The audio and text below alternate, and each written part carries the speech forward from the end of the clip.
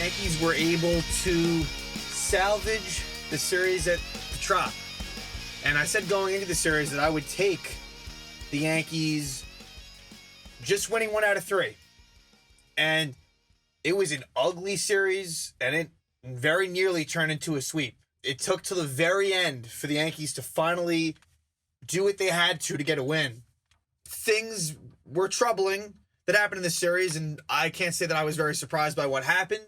But, you know, when these episodes are recorded, what is top of mind is the most recent game, and the Yankees come out of there with a win. So I think that the tone here would probably be different if, let's say, the Yankees had won the first game and lost the next two. It doesn't change the fact they lost the series, but this was a big game to win. No question about it. And after Tampa Bay dominated the Yankees last season in a major way, and what was really ugly for the first couple of games, just to get the win is big. Not even so much from a standing standpoint, but still, with that in mind, after this weekend, you have a Boston Red Sox team who's 6-3 in first place and has won 6 in a row. And then the next 4 teams are all 4-5. So no significant movement really anywhere. And it's not like one team has sort of jumped ahead of the pack. So you have the Yanks now headed to Dunedin to play Toronto. And then they go back home to play Tampa. So these have been all divisional games and very, very crucial games considering that it's April. So first game, Corey Kluber was out on the mound for the Yanks against Rich Hill. And Kluber, I felt like in his first inning against Toronto, wasn't great. Like, he kind of was able to get out of jams and escape, further damage. Wasn't so fortunate in this game against Tampa. And I think Kluber, look, how he does this year, I think is going to be fairly questionable. And just based on his first 2 starts, haven't loved what I've seen, but it has been a while since he's pitched, and, they'll give him some time. But this is a rough outing against Tampa. I guess of note in this game, Gio Urshela was out due to a bad reaction based from the vaccine. So the Yanks, after that Baltimore game Wednesday night, I think at least 85% of the team received the COVID vaccine, and I guess Gio didn't respond too well for it, so he's fine now. More than fine now. But he didn't play Friday. And so that moved DJ LeMahieu to third base. And that would prove costly, as he would actually make a throwing error in the second inning. So it had been scoreless at the time. And, Kluber, not cruising along exactly, but he was doing all right. LeMahieu's throwing error kind of opened the floodgates a bit. And eventually, after a Joey Wendell single, it would lead to Willy Adames getting an RBI double, and then Brett Phillips getting a sac fly. Big thing in this first game that stands out for Tampa was that they were scoring runs, just hitting the ball line to line. Wasn't the home run ball, it was just good fundamental baseball. Just good base running, good defense, just everything that we had seen last year. But the Yankees have a very good response in the third. And this was for the first 2 games, their biggest outburst. And it was a 2-out rally, started by Tyler Wade, who would get an infield single. Of note, Tyler Wade, after this, I believe after this game, or before the Saturday game, he would be sent down. So the Yankees right now, Gio Urshela is like the backup shortstop, if need be. Which also reminds me, Thairo Estrada, who was designated for assignment, was traded to the San Francisco Giants. I think he could actually be a pretty decent acquisition for San Francisco. But so Tyler Wade gets that infield single, an innocent, he just made contact, and then DJ LeMahieu hits a ground roll double. And at the time, I'm thinking, this is unfortunate. Tyler Wade has the speed to have easily scored, but it bounces over. But Giancarlo Stanton, with a good piece of hitting on the open right side, shoots a 2-run single, ties the game up. And then Aaron Hicks, who has been much better from the right side of the plate, hits a 2-run home run. He has been dreadful as a lefty. As a righty, he's been serviceable. And he would hit a 2-run home run to make it 4-2. But, unfortunately for Kluber, not a good bottom of the third. He would not survive the inning. So the Yankees give him this 4-2 lead, and he gives it right up. And it actually started with, the first batter, Tsutsugo, hits a foul ball down the third baseline, and Gleyber Torres was not able to come up with it. Not an easy play, but Gleyber, with how he's been playing defensively, it would have been nice for him to make that play. It was tough. Tampa Bay has a very weird field situation. Just there's the bullpen not too far away, and there's the catwalk. It's tough. It wasn't an easy play, and he didn't make it. Then Austin Meadows would walk after Tsutsugo singled, and Randy Arozarena continues to play really good baseball and would get an RBI single. And that would make it 4-3. And then after a Brandon Lau strikeout, Yandy Diaz would walk, and then Nick Nelson comes in. And unfortunately, Nick Nelson would give up a two-run double to Joey Wendell. Line shot. But then he was able to escape further trouble that inning. But Nick Nelson in the fourth would eventually give up a 3-run double to Brandon Lau. Really broke the game open. Then an RBI single from Yandy Diaz. So Nick Nelson, who I think has looked sharp so far this season, not great there. And really, honestly, the rest of the game, pretty listless. Lucas Licky actually was able to give them 3 key innings just to kind of save the bullpen. He would give up a home run to Willie Adames in the 7th. And then DJ LeMahieu would hit a home run in the 8th. It was a good game for LeMahieu, who was 2 for 4, had that ground rule double and homered. But, Cessa would pitch a scoreless 8th. But, yeah, Tampa Bay just really dominated this game. 10-5 victory for the Rays. Like I said, not a great outing from Kluber. And also of note in this game, Jay Bruce continues his struggles by going 0 for 4 with 2 strikeouts. And Mike Topham would get a start, didn't do a whole lot. Clint Frazier went 0 for 4 with 3 strikeouts. And the next game, he would find the bench. Clint Frazier, that dropped his batting average to 200 flat. And I think the issue that I have here is that while Frazier, I think, deserved to have a breather, why is it okay for Aaron Hicks to continuously mess up, but he just keeps on batting third? That I don't quite like. I just think the accountability is sort of questionable in certain places, but once Clint Frazier struggles, he'll be, not playing. So, moving ahead to the second game, and again, really a pretty ugly, listless performance from the Yanks, and Domingo Germán would go against Chris Archer. Domingo Germán did not pitch well. No way. Again, and the Yankees would get shut out in this game, just to kind of move through this quickly. Germán has been giving up a lot of home runs, and that would continue, where he would give up his first batter he faced was second batter he faced, Austin Meadows, would hit a solo home run right off the foul pole. And then in the second inning, it was really issues in terms of one time Germán lets the ball, where Germán should have fielded it, he lets it go and it goes up the middle on a base hit by Joey Wendell. Then eventually, fast forward a few batters later, Francisco Mejia is up with second and third, 1 out, and it goes off of Germán's glove and into the outfield. So not hard hit, but still. So Germán, in terms of fielding, not a great inning there, the 2-run score. And then in the third, Randy Arozarena, dead center field home run, 4-0. So Germán, the home run ball has continued to be an issue for Germán. Not only this season, but even dating back to 2019 when he was pitching well. So Germán would actually be sent down to the alternate site after the game. So because they have an off day Thursday and an off day next Monday, they don't need a 5th starter. So Germán will be out of action for a bit. I'd expect to see him soon. But again, this has a lot to do with the fact that he's just been ineffective after a really strong spring training.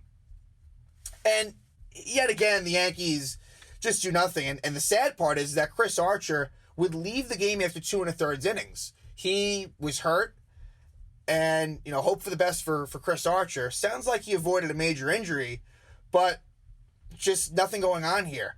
Yankees 0 for 4 runners in scoring position. I think what more stands out there, not so much the but just the fact that only 4 at-bats with runners in scoring position. Couldn't get anything going. Jay Bruce stands out as someone who he batted 9th, and he went 0 for 3 with 2 strikeouts. And again, the Yankees just could not touch this bullpen. Kittredge for an inning and 2/3. Springs for 2 innings. Thompson for 1. Reed for 1. And Mazza for 1. So, again, and that's just been an issue. Where the Yankees, I think their best chance are really against the starters for the Rays. They cannot touch this bullpen no matter who it is. So the Yankees are only able to muster 5 hits and a couple of extra base hits, one by LeMahieu and one by Gardner. Gardner had a decent enough game. He went 1 for 4. And so the Yankees lose this game 4-0. And you're kind of looking at this Sunday game as a pretty big one. Like I said, going in, I did not expect to win this series. So Jordan Montgomery, and this was definitely the most entertaining, not just because the Yankees would end up winning it, but this was a pretty crazy game. And it would be Jordan Montgomery against Brett Honeywell. Honeywell making his Major League debut, and Michael Wacha was the bulk guy. And Michael Wacha, who pitched for the Mets last year, he's just not a very good pitcher. So I knew that the Yankees would have a chance to do some damage against Wacha. And Montgomery, coming off a very good outing against the Orioles, in his first start this year as well, he pitched very well in the playoffs against Tampa in a very key Game 4 in the American League Divisional Series. So a lot on the line here, and it didn't start well for the Yanks. Bottom of the second, Mike Zunino hits a 2-run home run. Zunino is not a high average guy, but if you put one down the middle, he'll make you pay. And he homered. 2-run homer. Montgomery, not a great pitch. And, it gives the Rays a 2-0 lead. And the Yankees could not touch Honeywell the first 2 innings. And so in comes Michael Wacha, which I think was a big relief. And immediately it paid dividends as Sanchez gets the leadoff walk, and Gio Urshela, who was great in this game, and it's great to see him do well. And I think that could be the answer as someone who I think should be batting higher in the order, where they're not going to make the 1-for-1 Hicks or Urshela switch. I know that. I know how this team operates. I wish they would, but Urshela should not be batting 8th, and today was proof. Urshela hits a 450-foot shot, dead center field off Wacha to tie it at 2. Then Brett Gardner would get an infield single. DJ LeMahieu would get a ground rule double. Aaron Hicks would walk. And this is where the frustrations really began today. This is one of those classic games where the Yankees could not get the big hit until extra innings. It just wasn't happening. And Aaron Hicks grounds into a double play. So the run scores, but you really needed, just a 2-run single. Something. Even maybe a walk, but a double play that scores a run. But again, Hicks just continues to disappoint, especially from the left side. So that's 3-2. And then Stanton hits a hard smash ground out. So it stays at 3-2. And then Montgomery, similar to Kluber on Friday, does a bad job in his response in the third, where he gives up a line drive single to Diaz, and then an opposite field for the old Yankee killer, Randy Arozarena. So it makes it 4-3. But I will give Montgomery some credit, because it would stay 4-3, and he was able to hold the 4th through 5. So where, Kluber and Nelson, the game kind of got away, Montgomery did hold it in check. He didn't have great stuff today, but he was able to finish going 5 innings and giving up those 4 runs. The 2 2-run homers to Zunino and Arozarena. So that does deserve something. And again, the Yankees bats just really could not muster up really much of any hits. They had that 3rd inning, and that was about it. Kind of similar to the first. This was very similar to the first game in some ways, where the Yankees had that big outburst where they scored the 4 runs then, and that was it. Also in the 3rd inning. But here, Chad Green comes in, and Chad Green has been fantastic this season and would get 7 key outs. He pitched 2 1/3 innings, pretty economical, maybe 30 pitches or so. Just good stuff from Chad Green. But really, where things start to get interesting is the top of the 7th. Top of the 7th. So Michael Wacha, so after all that, Wacha ends up pitching 4 innings of 3-run ball. That's just not good enough. You got to do better against him. And so the Rays are up 4-3. Cody Reed comes in, gets the first out, and then Gary Sanchez. This would happen a couple of times in this game. The Yankees were fortunate in these instances where it barely clipped Sanchez. And honestly, based on the replay, it was tough to tell, but they upheld the call. So Gary Sanchez hit by a pitch. It was 0-2, and it wasn't looking good, but, Sanchez gets on. Then Gio Urshela gets the single. And that would be Urshela's second hit of the game. Yeah, second hit of the game for Urshela at the time. Makes it 1st and 2nd. Then an interesting call. They stick with Gardner against the lefty. At the time, I probably would have brought Frazier in, and they probably would have come back with Thompson for the righty-righty matchup. But they stick with Gardner, and he does work a walk. So it's bases loaded, 1 out. And they bring in Thompson for DJ LeMahieu. And LeMahieu, love the guy. Like my favorite hitter on the team.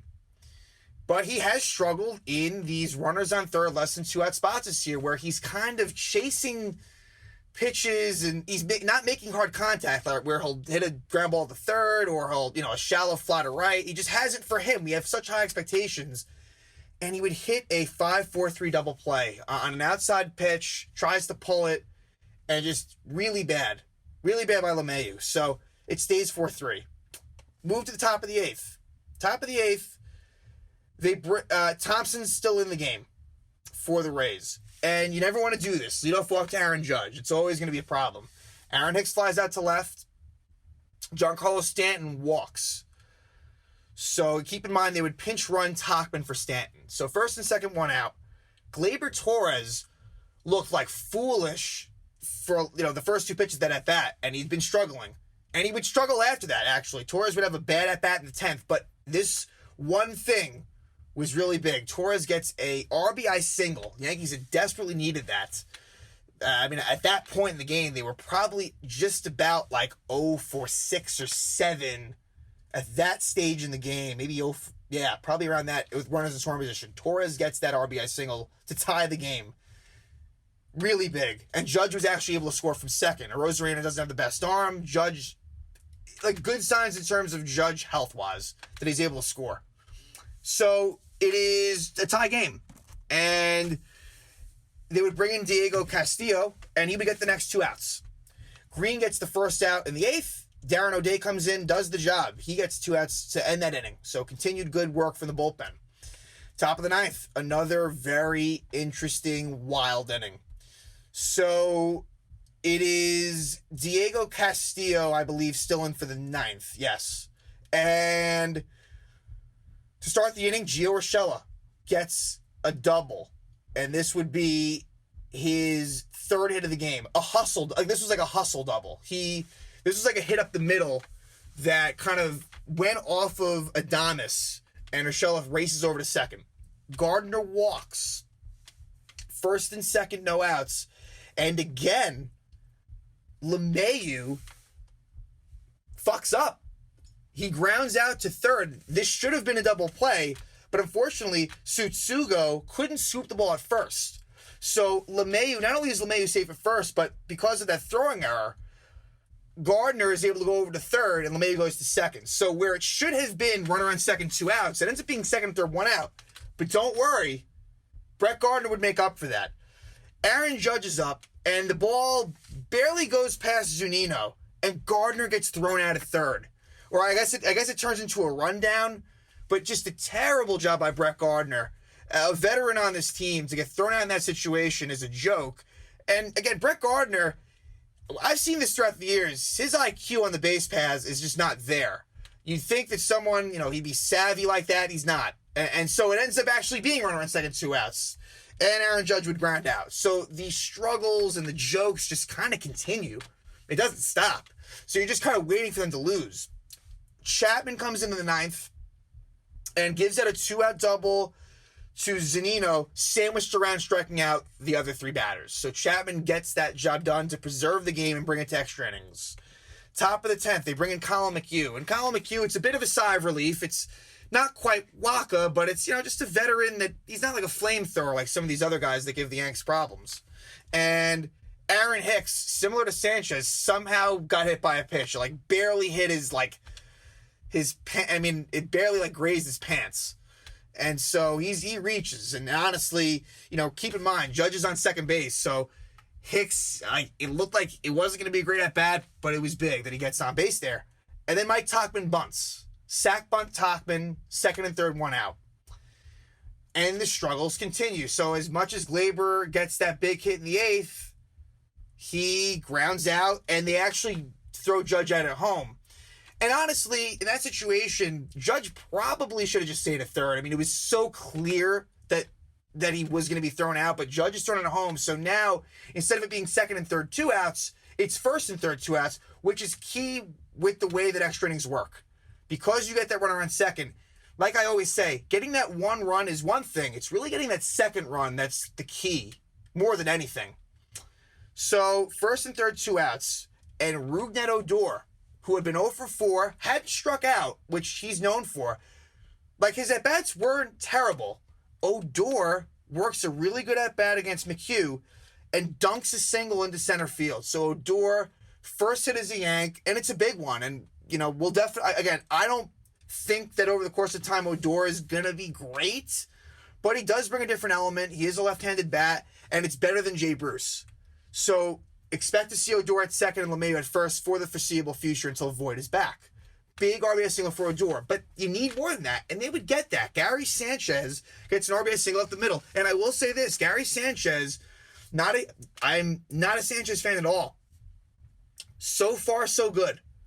Seriously, he is the least of the problems that have happened for the first 9 games this year. That was an extremely big hit to give him a 6-4 lead, and it doesn't stop there. The 4th hit of the game for Gio Urshela, who Manny Margot just misplays it. So it ends up going by him. So it's ruled a single. If it had been ruled a triple, it actually would have been a cycle for Urshela. But 2-run score makes it 8-4. And I'm thinking to myself, the only way that we were going to win this game is if we scored multiple runs.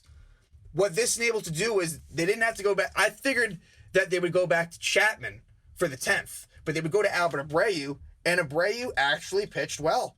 Got a couple of strikeouts, gets a flat, and the Yankees win the game 8-4. So, an exciting game. I think a lot of the same, too, right? I mean, I think what would have really been a surprise if the Yankees had won the series. But just to win in that fashion, I think is just good for the team's morale. And this is going to be a very interesting series against Toronto, a team that beat the Yankees 2 out of 3. It'd be nice for the Yankees to get back and take 2 out of 3 at their place. So, that's my hope.